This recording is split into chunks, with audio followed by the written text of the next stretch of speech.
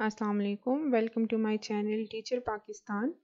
आज हम modern accountancy के चैप्टर नंबर 34 को ही कैरी ऑन करते हैं और इसका क्वेश्चन नंबर 2 जो है वो आज हम सॉल्व करेंगे। जी, ये क्वेश्चन नंबर 2 हम यहाँ पे थोड़ा सा पढ़ लेते हैं। A limited company issued 20,000 shares of ₹10 each payable as ₹2 on application, ₹3 on allotment, ₹3 on first call and ₹3 on final call. Shares are called at first call stage. All the money received except from A holding 300 shares who paid only application money and B holding 200 shares who paid up to allotment.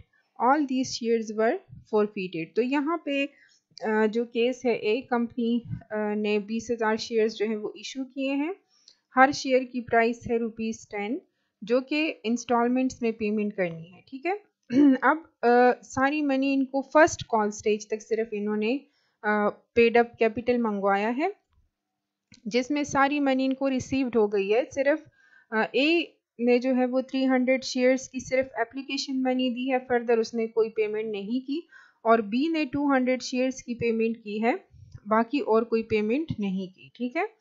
तो इन shares को company ने क्या किया है, all these shares were फॉरफीटेड।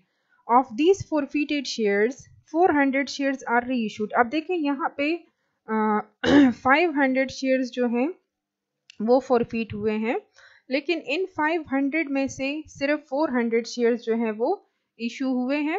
Whole of the age holding, अब A की जो है वो सारी की सारी होल्डिंग सेल आउट हो गई है और बैलेंस ऑफ द बी, तो ऑब्वियसली 400 में से अगर आप 300 को माइनस करते हैं तो 100 रहता है। तो बी होल्डिंग, जो बी के शेयर्स फॉरफीट हुए हैं 200, उसमें से सिर्फ 100 जो है वो यहाँ पे री इशू हुए हैं।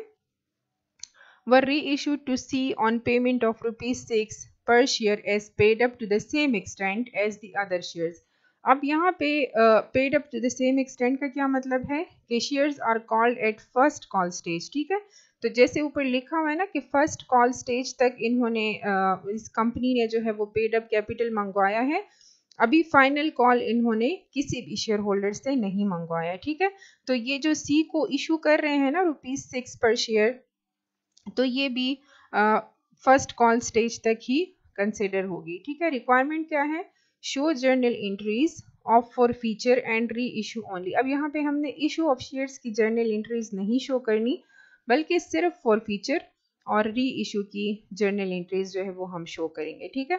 इशू ऑफ शेयर्स की जर्नल एंट्रीज कैसे होती हैं, अगर उसमें आपको कोई इशू है तो लिंक डिस्क्रिप्शन में गिवन है। आप क्वेश्चन नंबर 1 का सॉल्यूशन अगर देख लें तो वहाँ से आपको आइडिया हो जाएगा कि इशू ऑफ शेयर्स की जो एंट्रीज हैं वो कैसे होती हैं। ठीक है। अब यहाँ पे हम सॉल्यूशन को देखते हैं एक्सरसाइज नंबर 2 की। जी, तो देखें हमने इसी तरह से पैटर्न बना लिया है, ए लिमिटेड कंपनी जर्नल एंट्रीज। ठीक है। डेट, तो यहाँ पे चूंकि डेट्स हमारे पास मेंशन नहीं है तो इसलिए हमने सीरियल नंबर ही लिख दिया है। अब जैसे रिक्वायरमेंट में है कि हमने सिर्फ फॉर फीचर की और री इशू की जो एंट्रीज हैं वो करनी है। ठीक है। तो हम फॉर फीचर से ही स्टार्ट करते हैं। जैसे कि आपने देखा था पिछले एक्सरसाइज नंबर 1 के सॉल्यूशन में कि वहाँ पे हमने इक्विटी शेयर कैपिटल को क्रेडिट किया था, क्योंकि share capital account basically credit होता है जब आप इसको इशू करते हैं। अब यहाँ पे चूंकि हम फॉरफिट कर रहे हैं तो इस वजह से हम उन्हीं शेयर्स के लिए, जितने शेयर्स को हम फॉरफिट कर रहे हैं उसके लिए हम इक्विटी शेयर कैपिटल अकाउंट को डेबिट कर देंगे। ठीक है। टू शेयर फॉरफिटेड, अब ये शेयर फॉरफिटेड अकाउंट में हमारे पास सिर्फ और सिर्फ वो अमाउंट आएगी जो कि हमने कब्जा कर ली है, जो कि हमने रख ली है शेयर होल्डर से जिसने पेमेंट नहीं की। ठीक है। तो ए का हमने देखा था कि उसने सिर्फ एप्लीकेशन मनी दी थी। ठीक है। तो इस वजह से हमने सिर्फ एप्लीकेशन मनी उसकी 300 की शेयर्स की फॉरफिट की है। टू शेयर अलॉटमेंट अकाउंट ये ड्यू था, टू शेयर फर्स्ट कॉल ये भी ड्यू था, तो इन सबको हमने क्रेडिट कर दिया है।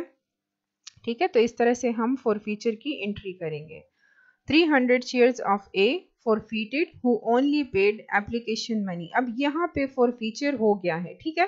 अब फॉरफीचर के बाद क्या था कि हम री इशू की एंट्री इनको बताएंगे। तो री इशू का क्या मतलब है कि हमें अब सी को हमने जो री इशू कर दिया है तो हमें अमाउंट रिसीव हुई है, कितनी अमाउंट रिसीव हुई है, 300 फॉरफिटेड शेयर्स थे जो हमने री इशू किए मिस्टर सी को ₹6 पे, ठीक है। तो 300 इंटू 6 तो ये 1800 हमारे पास आ जाएगा।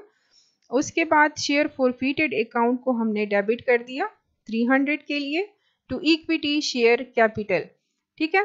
अब इक्विटी शेयर कैपिटल जो हम 300 शेयर्स यहाँ पे जो इक्विटी शेयर कैपिटल है इसमें हम ओरिजिनल अमाउंट लिखते हैं, ठीक है। ओरिजिनल अमाउंट जहाँ तक हमने पेड अप किया है, तो हमने चूंकि फर्स्ट कॉल की स्टेज तक पेड अप किया है तो उसकी अमाउंट 300 शेयर्स की बनती है 2400। अब 2400 में से हमें 1800 रिसीव हो गए हैं, तो 300 का जो बैलेंस है वो हम शेयर फॉरफिट अकाउंट से पूरा करेंगे, ठीक है। अच्छा, उसके बाद थर्ड एंट्री को देखते हैं, forfeited shares account debit to capital reserve account. अब देखें 600 हमने फॉरफिट की है ना अमाउंट, 600 की अमाउंट हमने देखी यहाँ पे फॉरफिट की है क्योंकि 300 शेयर्स पे हमें एप्लीकेशन मनी रिसीव हुई थी 600। उस 600 में से 300 यहाँ पे यूज हो गई है, ठीक है। यहाँ पे जो हमने री इशू किया है सी को उसमें से 300 यूज हो गया है, तो 300 हमारे पास जो रहता है उसको हमने ट्रांसफर करना है कैपिटल रिजर्व अकाउंट में, ठीक है। अगर इस कॉन्सेप्ट की आपको समझ नहीं आती तो डिस्क्रिप्शन में एक लिंक गिवन है थ्योरी एंड एक्सप्लेनेशन के नाम से, मेरा लेक्चर है वो आप सुन ले, वहाँ पे आपको ये सारा जो सिनेरियो है ये क्लियर हो जाएगा कि हम कैपिटल रिजर्व में फॉरफिटेड शेयर की बकिया अमाउंट को क्यों डालते हैं, ठीक है। अब यहाँ पे जो ए के शेयर्स का जो सिचुएशन थी वो यहाँ पे ख़त्म हो गई है। हमने शेयर फॉरफिट भी कर लिए, हमने शेयर्स री इशू भी कर लिए और बाकी जो फॉरफिटेड अमाउंट थी वो हमने कैपिटल रिजर्व में भी डाल दी है, ठीक है। अब फोर्थ एंट्री हम क्या करेंगे, इक्विटी शेयर कैपिटल, उसी तरह से अब हम बी के जो शेयर्स हैं 200 शेयर्स वो फॉरफिट कर रहे हैं, ठीक है। तो 200 shares of B forfeited who paid up to the first call stage. अब 200 उसके शेयर्स हैं, फर्स्ट कॉल स्टेज तक उसने पेमेंट की हुई है, तो हमने शेयर फॉरफिट करना है उस स्टेज तक जो कि 1000 की अमाउंट बनती है, ठीक है। उसके बाद टू शेयर फर्स्ट कॉल, अब फर्स्ट कॉल उसने पेमेंट नहीं की, ठीक है, तो फर्स्ट कॉल की अमाउंट हमारे पास जो 200 शेयर्स हैं उसके लिए बनती है 600, ठीक हो गया।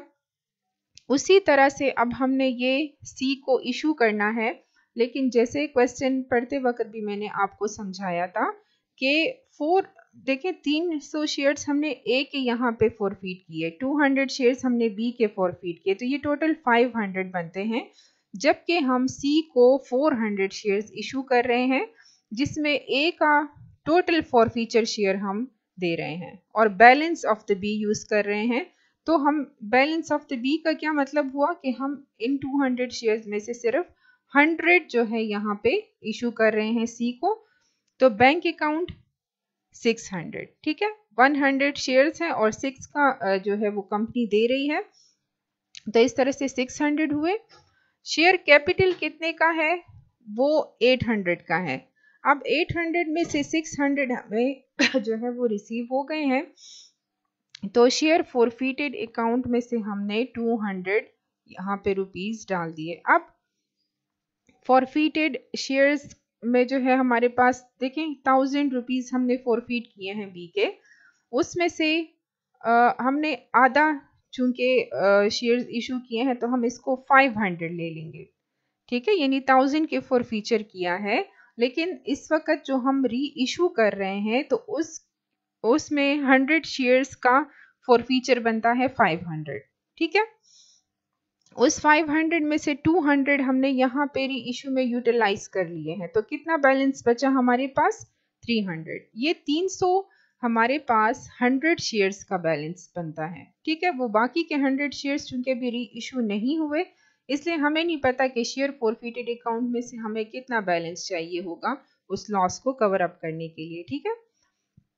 तो उसी तरह से हम 6th एंट्री करेंगे forfeited shares account to capital reserve account, जो बाकी हमारे पास 100 शेयर्स का बचा था फॉरफीचर अमाउंट, तो वो हमने क्या किया, वो हमने कैपिटल रिजर्व में यहाँ पे ट्रांसफ़र कर दिया। ठीक है, अब यहाँ पे जर्नल एंट्रीज हमारी ख़त्म हो गई हैं।